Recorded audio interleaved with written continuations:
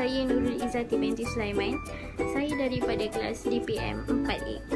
Okey, pada hari ini saya dan kumpulan saya akan membincangkan satu topik yang telah diberikan oleh lecturer kami, iaitu takaful semula. Okey, sebelum saya masuk kepada topik yang nak dibincangkan tu, izinkan saya terlebih dahulu untuk menerangkan maksud takaful. Okey, sebenarnya takaful ni ialah mengikut tafsiran syarak, ialah pakatan satu kumpulan untuk saling jamin menjamin dan tolong menolong antara satu sama lain.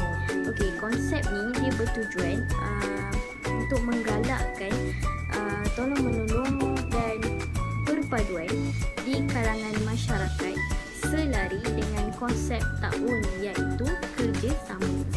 Okey, istilah takaful yang digunakan dalam perniagaan adalah konteks insurans yang dijalankan secara Islam. Ianya merupakan satu perjanjian di antara sekumpulan peserta untuk saling menjamin antara satu sama lain apabila berlakunya musibah atau kerugian tertentu. Okey, seterusnya saya akan masuk kepada topik utama kita, iaitu sebenarnya apa itu takaful semula. Okey, untuk yang pertama ni saya akan menerangkan pengenalannya. Okey, sebenarnya takaful semula ni dalam arti kata lain iaitu takaful.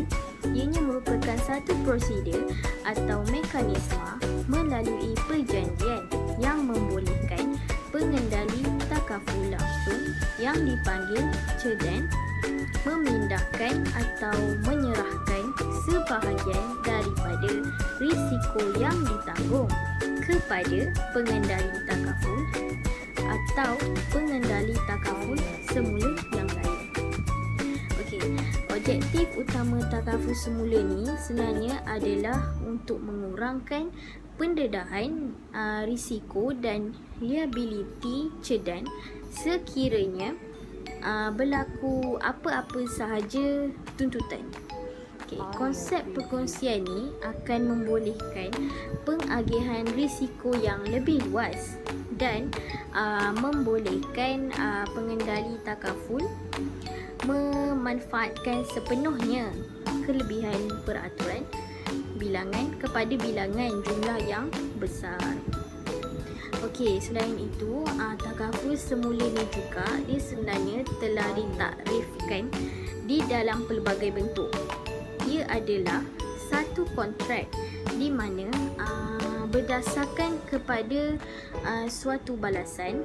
Okey, apabila seseorang tu dia kena bersetuju untuk membayar keseluruhan atau sebahagian pampasan kepada pihak ketiga atas kerugian atau liability risiko yang telah dilindungi di bawah kontrak yang berasingan dan berlainan sebagai pengendali pihak ketiga.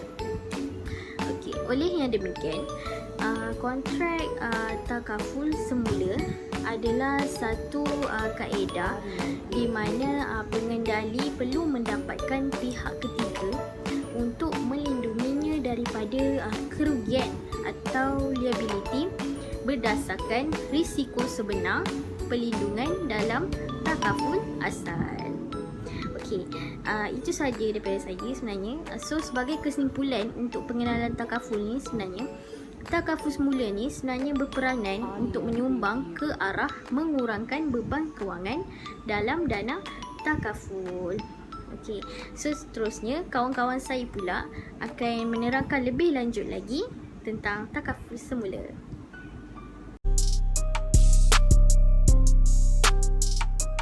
Assalamualaikum, nama saya Umar Iman binti Jamal dari DPM 4A. Sebelum saya pergi ke topik saya iaitu kepentingan takaful semula, saya akan menerangkan sedikit tentang takaful semula. Takaful semula adalah salah satu alternatif Islam untuk industri insurans semula. Dalam industri insurans konvensional, syarikat insurans akan mengurangkan risiko, membayar tuntutan besar dengan menginsurankan sebahagian risikonya dengan syarikat insurans yang lain. Pihak ketiga yang dipanggil sebagai syarikat insurans semula akan membantu syarikat insurans dalam perkara-perkara yang melibatkan bencana alam ataupun bencana-bencana besar. Contohnya macam kebakaran, rusuhan ataupun perkara-perkara yang akan mempengaruhi banyak pemegang polisi. Jadi, syarikat takaful akan membayar premium kepada syarikat takaful semula sehingga syarikat takaful semula dapat menanggung sebahagian daripada risiko yang diterima oleh syarikat takaful tadi. Jadi, di sini mesti kita bertanya-tanya kan, kenapa takaful semula itu penting? Secara hakikatnya, syarikat takaful tidak mampu menanggung risiko keseluruhan tuntutan peserta. Jika berlaku bencana, mungkin dana akan lebih cepat habis atau kita akan mengalami kerugian. Jadi dengan cara membahagikan risiko dengan syarikat takaful semula, pengendali takaful lebih mampu untuk menguruskan syarikat melalui tempoh tuntutan tinggi. Oleh itu, takaful semula dapat memastikan kestabilan syarikat atau keseluruhan industri. Sebagai contoh, sebuah bangunan katakan bernilai RM1 juta. Ia dilindungi di bawah skim takaful kebakaran. Jika ditakdirkan ia musnah akibat kebakaran, sudah semestinya pengendali takaful perlu menanggung risiko menanggung beban kewangan sebanyak RM100 juta seandainya bangunan itu musnah keseluruhannya. Kalau ada cara lain yang lebih berkesan untuk mengurangkan beban tanggungan kewangan seperti ini, sudah pasti pengendali takaful akan menggunakannya atau melakukannya. Apapun usaha atau cara lain yang boleh menjimatkan seberapa banyak belanja pun, ia perlulah tidak bercanggah dengan hukum syarak kita. Perlulah tak ada riba, tak ada masyir dan tak ada horor. Apatah lagi di bawah operasi takaful, beban tuntutan ini ditanggung oleh kumpulan wang takaful yang disumbang oleh setiap peserta. Oleh itu, sebagai pemegang amanah, semua peserta menjadi tanggungjawab pengendali untuk menguruskan kumpulan wang berkenaan dengan jujur, telus dan sempurna. Selain itu, takaful semula merupakan langkah utama untuk meringankan tanggungan kumpulan wang takaful.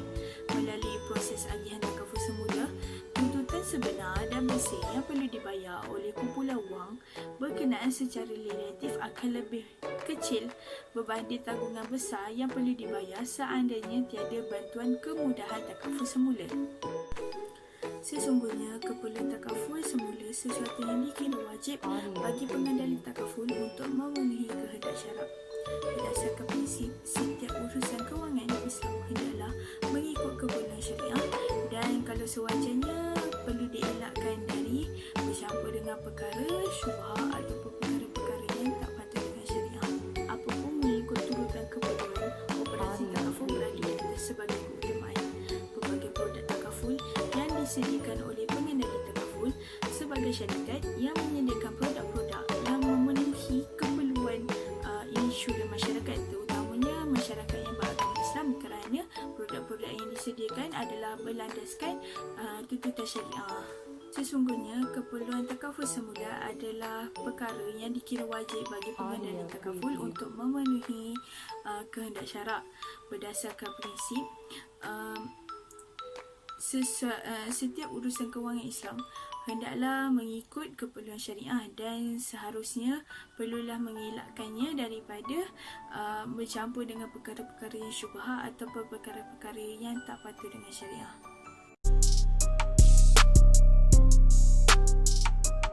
Hai dan Assalamualaikum warahmatullahi wabarakatuh. Nama saya Nur Amira binti Khairul Anwar daripada kelas DPM 4A.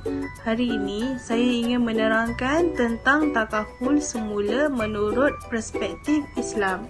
Terdapat 4 perkara yang saya akan ulaskan iaitu pandangan syariah terhadap takaful semula dalam industri insurans, hukum dan justifikasi ritakaful dalam industri insurans, serta ialah pengharusan takaful semula dengan syarikat insurans semula. Mari kita mulakan dengan topik yang pertama, iaitu pandangan syariah terhadap takaful semula. Sejajar dengan resolusi ulama mengenai keharusan takaful sebagai satu sistem insurans Islam, takaful semula juga telah diputuskan sebagai insurans yang telah mematuhi keperluan syariah. Resolusi Akademi Fiqh OIC menghuraikan seperti berikut. Kontrak insurans komersial yang biasa digunakan adalah kontrak yang mengandungi unsur-unsur utama risiko yang dilarang mengikut hukum syariah. Alternatif bagi insurans dan insurans semula mestilah berasaskan kepada prinsip-prinsip insurans koperasi. Sekarang kita akan masuk kepada topik yang kedua pula, iaitu takaful semula dalam industri insurans tinjauan khusus menurut perspektif Islam dan undang-undang. Dalam hal ini, Majlis Penasihat Syariah MPS Bank Negara Malaysia dirujuk berhubung dengan isu yang berikut. Yang pertama, penerimaan takaful semula alih masuk oleh syarikat takaful secara treaty atau fakultatif daripada syarikat insurans semula konvensional dibenarkan.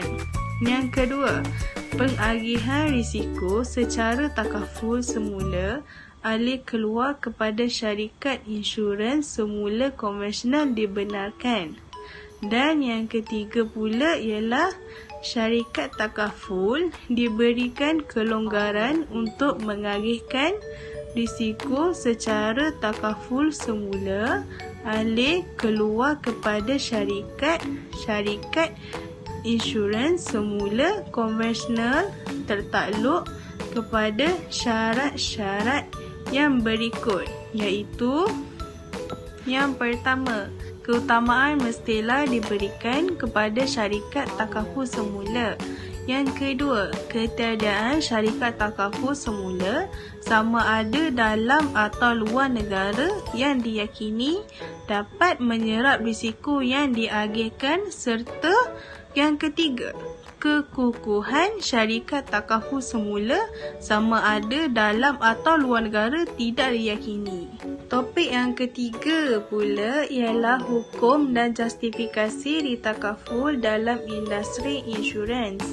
Larangan bagi syarikat takaful untuk menerima takaful semula alih masuk daripada syarikat insurans semula konvensional adalah berdasarkan kepada pertimbangan yang berikut. Yang pertama, kontrak asal yang dimeterai oleh syarikat insurans semula konvensional adalah bercanggah dengan syarak. Sekiranya syarikat takaful menerima takaful semula alih masuk daripada syarikat insurans semula konvensional, syarikat takaful dilihat sebagai mengiktiraf kontrak insurans konvensional yang tidak menepati syarat. Yang kedua, Islam tidak membenarkan tolong-menolong dan bantu-membantu dalam perkara yang dilarang oleh syarak. Yang ketiga, syarikat takaful perlu mengelak daripada terlibat dengan perkara-perkara syubhah yang terdapat dalam aktiviti insurans konvensional. Walau bagaimanapun, syarikat takaful dibenarkan mengagihkan risiko secara takaful semula alih keluar kepada syarikat insurans semula konvensional atas dasar keperluan iaitu hajiyah, iaitu sekiranya tiada syarikat takaful semula yang diyakini mampu untuk menyerap suatu risiko takaful. Baiklah, kita sudah pun sampai ke topik yang terakhir, iaitu topik yang keempat. Ilah, iaitu sebab pengharusan takaful semula dengan syarikat insurans semula. Insurans semula dalam perniagaan takaful di bawah prinsip-prinsip Islam dikenali sebagai takaful semula, iaitu konsep insurans semula yang diluluskan serta mematuhi prinsip-prinsip syariah. Pada peringkat awal perniagaan takaful, kemudahan insurans semula disediakan oleh syarikat-syarikat insurans konvensional dan diharuskan yang melibatkan beberapa faktor, iaitu yang pertama, pengendali takaful memiliki keupayaan yang terhad. Yang kedua, pengendali takaful tidak mempunyai sumber wang yang mencukupi. Yang ketiga, tiada kemudahan takaful semula. Yang keempat, pengendali takaful semula adalah terhad. Kelima, pengendali takaful semula kekurangan modal. Dan yang terakhir, yang keenam, pengendali takaful semula bertaraf A adalah terhad. Pada akhir ulasan saya bercadang agar sokongan daripada pelbagai pihak amat diperlukan demi memastikan industri takaful yang berteraskan produk Islam ini terus maju dan berkembang di negara ini secara keseluruhannya. Baiklah, sekian saja daripada saya. Terima kasih. Bismillahirrahmanirrahim. Assalamualaikum warahmatullahi wabarakatuh. Nama saya Muhammad Harizi Bezulkarnain daripada kelas DPM 4A. Baiklah, sebentar tadi kawan-kawan saya telah menerangkan tentang apa itu takaful semula, apa kepentingannya dan daripada perspektif Islam pula bagaimana. Baiklah, sekarang saya akan menerangkan kepada anda semua tentang realiti, isu dan cabaran takaful semula. Baiklah, yang pertama saya akan menerangkan realiti dan isu industri takaful semula di Malaysia. Baiklah, secara umumnya melalui kuantiti bilangan syarikat takaful semula yang ada di Malaysia ini masih boleh dikatakan ia tidak mampu untuk menampung takaful semula yang datang daripada operator takaful. Seterusnya, hal ini ditambah lagi dengan permintaan yang semakin tinggi oleh masyarakat terhadap produk takaful disebabkan oleh kesedaran. Di sini dia nak kata bahawa dunia sekarang ni memang ramai masyarakat dan manusia ingin mengambil takaful semula kerana mereka tahu bahawa daripada mereka ambil insurans itu ada unsur-unsur yang dilarang dalam Islam. Oleh itu mereka mencegah daripada mengambil insurans.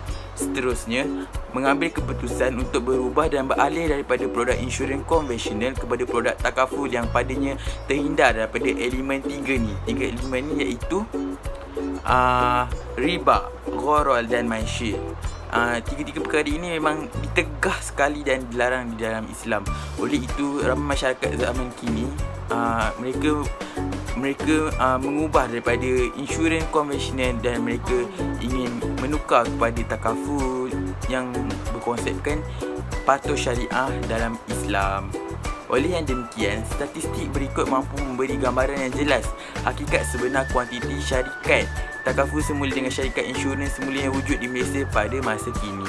Baiklah kawan-kawan, sekarang saya akan menjelaskan dan membahaskan tentang cabaran-cabaran takaful semula di Malaysia pula.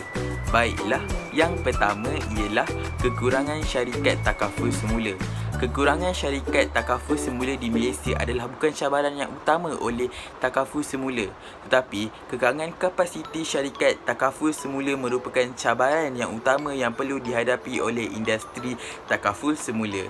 Kekurangan kapasiti contohnya ialah ketidakcukupan dana, kekurangan penyeragaman dan piawaian sistem takaful semula, kebocoran pasaran reinsurans dan kurangnya pengetahuan dan kemahiran mengenai takaful semula di kalangan para ulama dan kaki tangan syarikat takaful semula. Yang kedua ialah ketidakcukupan dana. Tidak cukup dana untuk menanggung risiko syarikat takaful. Risiko ini berlaku kerana dana yang terhad untuk membayar kepada peserta apabila mereka mengalami kerugian. Oleh itu, mereka akan menyerah dan menggunakan perkhidmatan syarikat reinsurance ataupun insurans semula. Insurans semula mengamalkan keuntungan yang lebih dan salah di sisi Islam. Yang ketiga pula, kekurangan penyeragaman dan piawaian dalam sistem takaful semula. Kurangnya penyeragaman akan membantutkan pertumbuhan industri takaful semula. Penyeragaman takaful semula merujuk kepada model operasi yang berbeza, piawaian akaun dan pelbagai tafsiran syariah. Selain itu, penyeragaman dan piawaian takaful semula juga merujuk kepada susunan kata polisi. Baiklah, yang keempat ialah kebocoran pasaran reinsurans ataupun insurans semula. Faktor-faktor penyebab berlakunya kebocoran pasaran reinsurans adalah risk appetite, kadar harga, kadar penarafan dan hubungan lama dengan syarikat reinsurans ataupun insurans semula. Dan yang kelima ialah kurangnya pengetahuan dan kemahiran mengenai takaful semula di kalangan para ulama dan juga kaki tangan syarikat ritakaful ataupun takaful semula. Takaful semula merupakan sebuah industri yang masih baru, maka kepakaran daripada profesional yang berpengalaman dan di kalangan para ulama adalah amat diperlukan, kerana ia amat penting untuk ilmu pengetahuan seseorang ulama dan juga kaki tangan pekerja syarikat di takaful.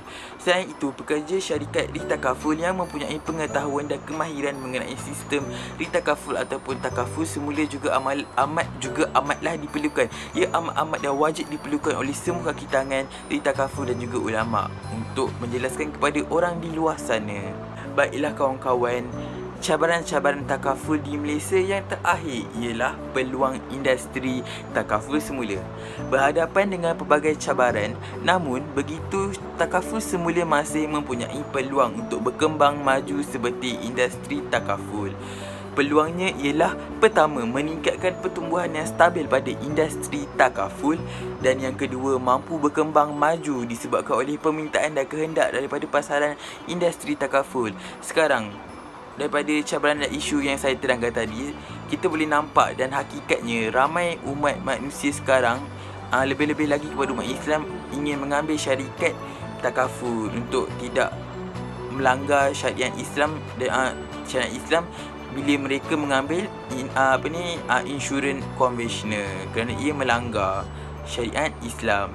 Keuntungan industri takaful dan ritakaful akan perolehi pada jangka masa panjang dan perkhidmatan yang melandaskan prinsip syariah. Oleh itu, umat Islam tidak perlu risau kerana ritakaful 100% adalah berlandaskan syariat Islam dan menegah dan melarang daripada mengambil judi, maisir dan juga gharar. Baiklah, itu sahaja daripada saya tentang penerangan isu cabaran dan isu cabaran dalam ritakaful di Malaysia. Sekian, terima kasih daripada saya.